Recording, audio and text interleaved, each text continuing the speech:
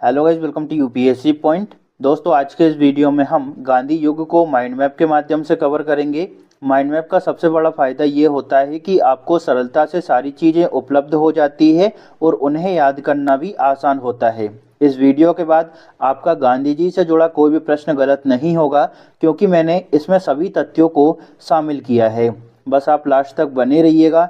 तो चलिए शुरू करते हैं। दोस्तों, सबसे पहले हम गांधी जी के एक बेसिक परिचय को जान लेते हैं। इनका पूरा नाम था मोहनदास करमचंद गांधी। इनका जन्म 2 अक्टूबर 1869 को हुआ। कहाँ पर? पोरबंदर, गुजरात में। क्योंकि दोस्तों इनका जन्म 2 अक्टूबर को हुआ, इसी वजह से हम लोग हर साल 2 अक्टूबर के दिन को अहिंसा दिवस के रूप में मनाते हैं। गांधी जी के पिता का नाम था करमचंद गांधी। कहीं कहीं इनको कावा गांधी के रूप में भी जाना जाता है। इनकी माता का नाम पुतलीबाई था और पत्नी का नाम कस्तूरबा गांधी था। महात्मा गांधी की कोई भी पुत्री नहीं थी दोस्तों। इनके 4 पुत्र थे, जिनका नाम था हरिलाल, मणिलाल, रामदास और देवदास। इनकी शिष्या का नाम मीराबेन था। इन्होंने अपनी आत्मकथा लिखी गुजराती भाषा में और उसको नाम दिया सत्य के साथ मेरे प्रयोग। अहिंसा दिवस हम 2 अक्टूबर को मनाते हैं। और क्यों मनाते हैं? क्योंकि 2 अक्टूबर को ही महात्मा गांधी का जन्म हुआ था। अहिंसा दिवस के बाद में एक तारीख और याद रखना है, 30 जनवरी। 30 जनवरी को चूंकि महात्मा गांधी की हत्या कर दी गई थी, या आप कह सकते हैं कि इनकी मृत्यु हो गई थी, तो इसको हम शहीद दिवस के रूप में मनाते हैं। तो आशा करता हूँ आपको इतना अच्छे से समझ आ गया होगा। दोस्तों, महात्मा गांधी के गुरुओं से अक्सर परीक्षाओं में प्रश्न पूछे जाते हैं कि भाई इनके राजनीतिक गुरु, आध्यात्मिक गुरु और दार्शनिक गुरुओं के नाम बताइए, और बच्चों को ये याद नहीं होते। इसी वजह से इन तीनों को मैंने ट्रायंगल फॉर्मेट में दिया है, ताकि आपको आसानी से ये याद हो जाए और आपके माइंड में बैठ जाए। देखिए, महात्मा गांधी के राजनीतिक गुरु का नाम था गोपाल कृष्ण गोखले। इनके दार्शनिक गुरु थे लियो टोल्स्टॉय। और महात्मा गांधी के आध्यात्मिक गुरु थे दोस्तों श्रीमद रामचंद्र। अब हम थोड़ा सा इनकी शिक्षा की बात करें तो महात्मा गांधी 4 सितंबर 1888 को वकालत पढ़ने और बैरिस्टर बनने के लिए इंग्लैंड की ओर रवाना हुए। इन्होंने इनर टेम्पल में कानून की पढ़ाई की। 1888 से लेकर 91 तक ये इंग्लैंड में रहे और इंग्लैंड में कानून का अध्ययन करते रहे। इसके बाद में ये भारत आ जाते हैं और 1893 में दोस्तों दक्षिण अफ्रीका चले गए एक मुकदमे के सिलसिले में। देखिए, हम डिटेल की भी बात करेंगे। मैंने आगे चलकर एक एक बिंदु पर विस्तार से चर्चा की है। आपका कोई भी प्रश्न नहीं छूटेगा किसी भी कीमत पर। यहाँ पर मैं आपको थोड़ा थोड़ा बता रहा हूँ ताकि आपके माइंड में एक कहानी बन जाए। डिटेल की हम आगे चर्चा करेंगे इसी वीडियो में। दक्षिण अफ्रीका कब गए गांधी जी? 1893 को। लगभग 21 साल ये दक्षिण अफ्रीका में रहते हैं और 9 जनवरी 1915 को ये भारत आते हैं। चूँकि दोस्तों 9 जनवरी को गांधी जी जो है वो भारत आए थे, इसी उपलक्ष्य में हम लोग प्रवासी भारतीय दिवस मनाते हैं 9 जनवरी को। थोड़ा सा मैंने यहाँ पर करंट का सेक्शन भी जोड़ा है, तो अगर करंट से प्रश्न आए तो वो आपका गलत नहीं होगा। देखिए, 2025 में जो प्रवासी भारतीय दिवस मनाया गया वो 18वां संस्करण था और प्रवासी भारतीय दिवस मनाने की शुरुआत 2003 से हुई थी। 2025 में कहाँ पर मनाया गया? तो भुवनेश्वर में मनाया और 8 से 10 जनवरी तक चला था। यहाँ पर एक बात गौर करने की ये है दोस्तों, देखिए प्रवासी भारतीय दिवस जो है उसकी शुरुआत तो 2003 से हुई थी, लेकिन 2015 से भारतीय दिवस हर 2 साल में मनाया जाता है। 2025 की अगर थीम की बात करें तो ये थीम थी विकसित भारत में प्रवासी भारतीयों का योगदान। ये इस वजह से महत्वपूर्ण है क्योंकि 2025 में मनाया जाएगा 2027 में। इस वजह से 2027 तक ये वाला जो सेक्शन है वो काफ़ी महत्व रखता है अगर आप इस बीच में एग्ज़ाम देते हैं तो। आशा करता हूँ आपको इतना अच्छे से समझ आ गया होगा। चलिए अब हम आगे बढ़ते हैं। दोस्तों, गांधी जी ने पहली बार सत्याग्रह का प्रयोग 1906 में दक्षिण अफ्रीका में किया। भारत में पहली बार सत्याग्रह था गांधी जी का चंपारण सत्याग्रह, जो कि 1917 में हुआ था। तो कई बार यहाँ से प्रश्न पूछा गया है कि गांधी जी ने पहली बार सत्याग्रह का प्रयोग कब किया और कहाँ पर किया। भारत में पहली बार सत्याग्रह का प्रयोग गांधी जी ने कब किया और कौन से आंदोलन के दौरान किया था, तो ये दोनों पॉइंट कई बार एग्जाम में पूछे गए हैं। गांधी जी का पहला जन आंदोलन कौन सा था? तो असहयोग आंदोलन। पहला किसान आंदोलन कौन सा था? तो चंपारण सत्याग्रह, जो कि 1917 में हुआ था। कई बार ये पॉइंट पूछा गया है कि गांधी जी ने पहली बार भूख हड़ताल का प्रयोग कौन से आंदोलन में किया था? तो पहली बार भूख हड़ताल का प्रयोग किया था 1918 में अहमदाबाद मिल मजदूर आंदोलन के दौरान, और गांधी जी ने यहाँ पर 3 दिनों तक भूख हड़ताल का प्रयोग किया। तो ये पॉइंट कई बार एग्जाम में पूछा गया है, इसको विशेष रूप से याद रखना है। प्रश्न कैसे आता है कि गांधी जी ने कौन से आंदोलन के दौरान पहली बार भूख हड़ताल का प्रयोग किया था? ठीक है, तो अहमदाबाद मिल मजदूर आंदोलन के दौरान। इन्होंने अपने जीवन काल में केवल एक बार कांग्रेस की अध्यक्षता की, 1924 में। तो ये भी आपको अच्छे से याद रखना है। अब हम बात करते हैं उपाधियों की, जहां से कई बार परीक्षा में प्रश्न पूछा गया है। देखिए दोस्तों, गांधी जी को महात्मा की उपाधि रविंद्रनाथ टैगोर ने दी, बापू और राष्ट्रपिता की उपाधि सुभाष चंद्र बोस ने दी थी। कई बार आपको यहाँ पर जवाहरलाल नेहरू भी मिल सकता है, लेकिन जवाहरलाल नेहरू ने इन दोनों शब्दों का प्रयोग गांधी जी की मृत्यु के बाद किया था, तो इस वजह से आपको कंफ्यूज नहीं होना है। बापू की उपाधि किसने दी? सुभाष चंद्र बोस ने। राष्ट्रपिता की उपाधि किसने दी? सुभाष चंद्र बोस ने।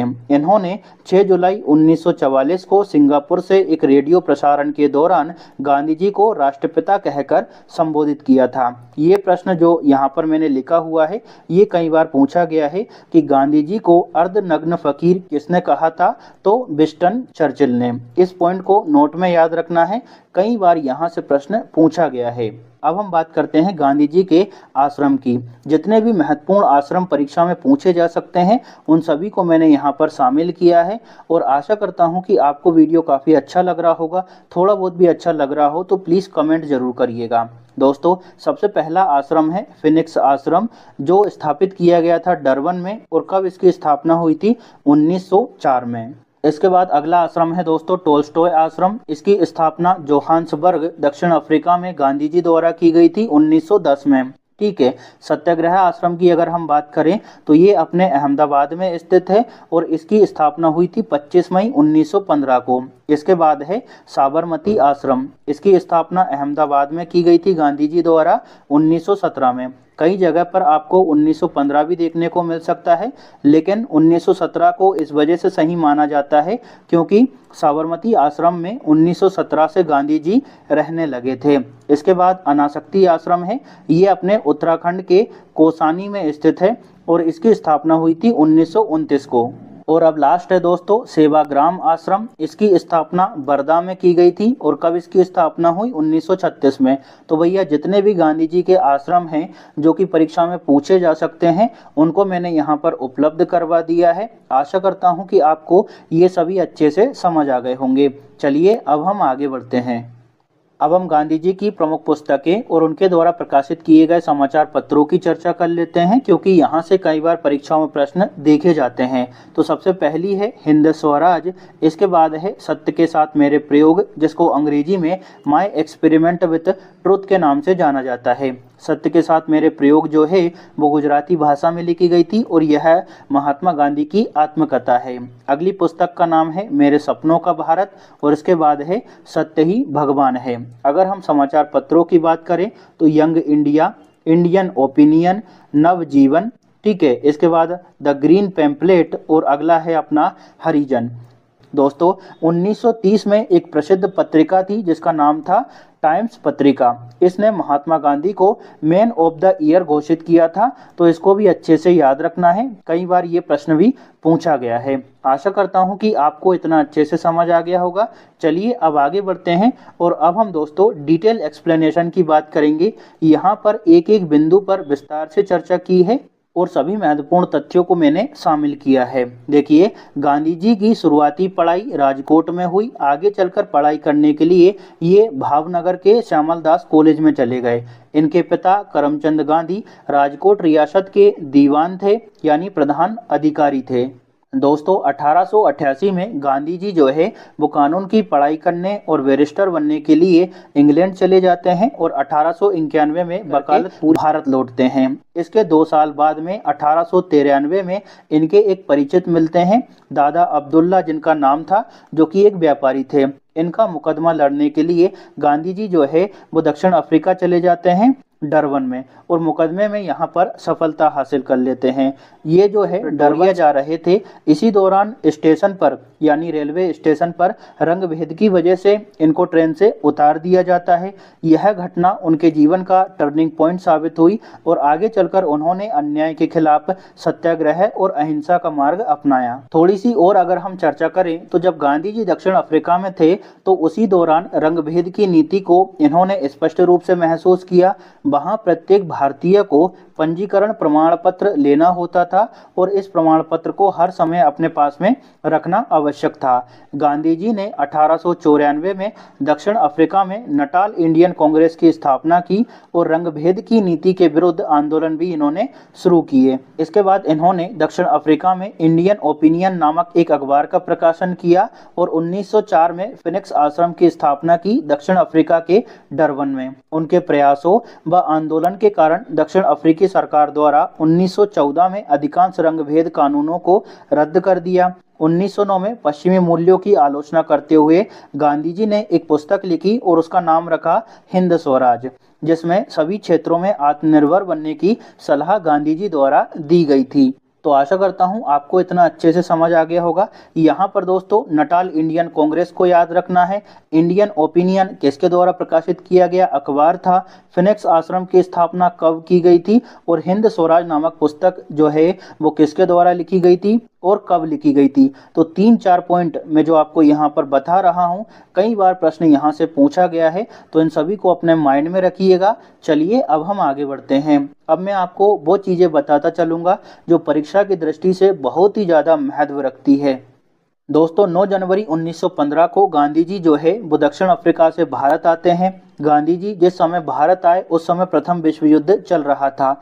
गांधी जी ने अंग्रेजों का समर्थन किया और भारतीयों को प्रोत्साहित किया कि भाई आप लोग भी अंग्रेजों का साथ दो और सेना में शामिल हो जाओ। इसी वजह से कई लोगों ने गांधी जी की आलोचना की और उनको सेना में भर्ती करने वाला सर्जेंट भी कहा।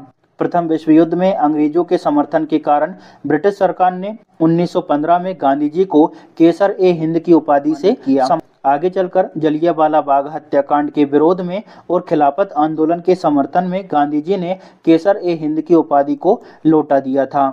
तो आशा करता हूं आपको ये अच्छे से समझ आ गया होगा। अब यहाँ पर कौन कौन से बिंदुओं को याद रखना है। पहला तो 9 जनवरी की तारीख को अगर पेपर इजी आता है तो यही पूछ लिया जाता है कि गांधी जी दक्षिण अफ्रीका से भारत कब लौटे थे।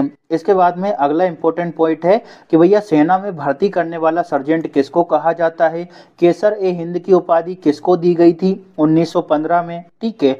और गांधी जी ने जो केसर ए हिंद की उपाधि थी उसको कब छोड़ दिया था या फिर उसका त्याग कब कर दिया था। तो ये सभी पॉइंट एग्जाम के दृष्टिकोण से महत्वपूर्ण है।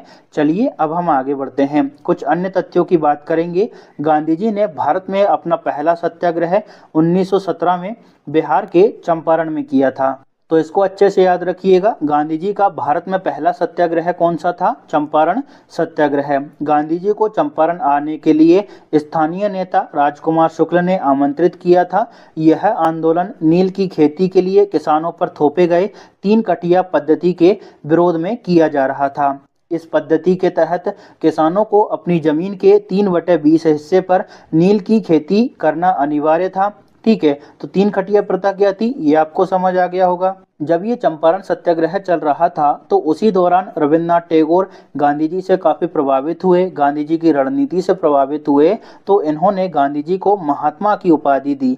तो कई बार ये प्रश्न पूछा गया है कि गांधी जी को महात्मा की उपाधि किसके द्वारा दी गई थी, रविन्द्रनाथ टैगोर द्वारा, और कब दी थी, चंपारण सत्याग्रह के दौरान। इसी समय जब ये आंदोलन चल रहा था, सत्याग्रह चल रहा था, तो गांधी जी को मारने का प्रयास किया गया। लेकिन इस समय एक रसोइया था जिसका नाम था बख्त मियाँ। दोस्तों बख्त मियाँ को कहीं कहीं जगह किसान भी बताया गया है, नेता भी बताया गया है। तो आप बस इतना याद रखिए कि बख्त मियाँ ने गांधी जी की जान बचाई थी चंपारण सत्याग्रह के दौरान। यहाँ पर एक बात नोट में आपको याद रखना है कि 2017 में चंपारण सत्याग्रह को 100 वर्ष पूरे हो चुके हैं।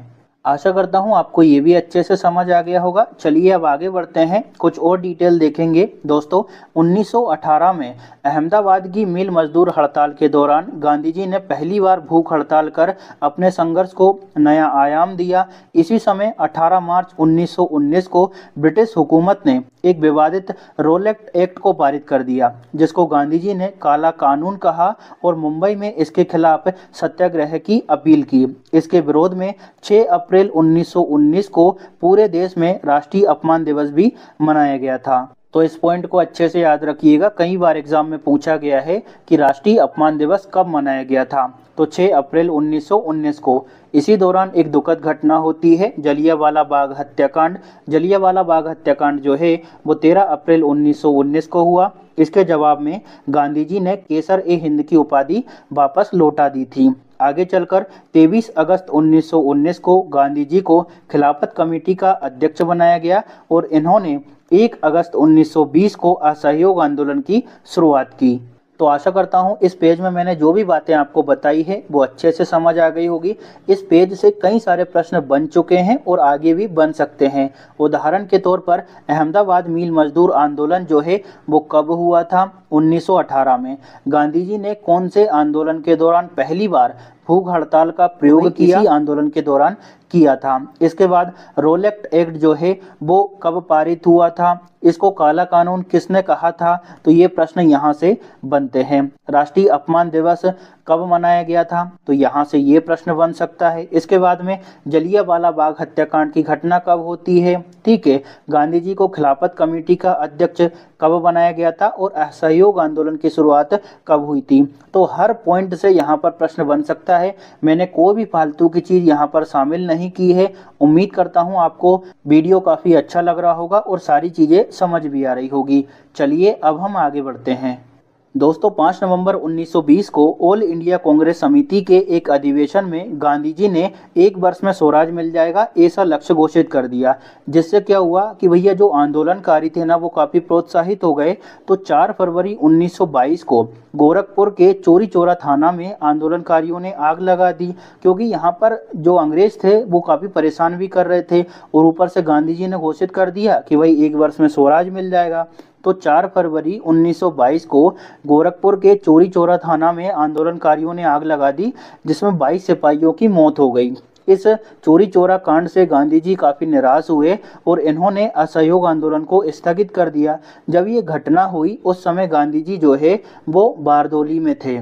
इस घटना को गांधी जी ने हिमालयन ब्लंडर कहा, जिसका मतलब है कि यह उनके लिए बहुत बड़ी चूक थी, क्योंकि आंदोलन ने अपना अहिंसक रूप खो दिया था। आगे चलकर 1924 में गांधी जी कांग्रेस के बेलगांव अधिवेशन की अध्यक्षता करते हैं और गांधी जी ने अपने जीवन में केवल 1 बार कांग्रेस की अध्यक्षता की थी, 1924 में कांग्रेस के बेलगांव अधिवेशन में। यहाँ पर एक पॉइंट और आपको नोट में याद रखना है। गांधी जी की जो आत्मकथा थी ना, जिसका नाम था सत्य के साथ मेरे प्रयोग, इसका 6 अप्रैल 1930 को 388 किलोमीटर की यात्रा पूरी करके दांडी में नमक कानून तोड़ा और सभी ने अवज्ञा आंदोलन की शुरुआत हुई।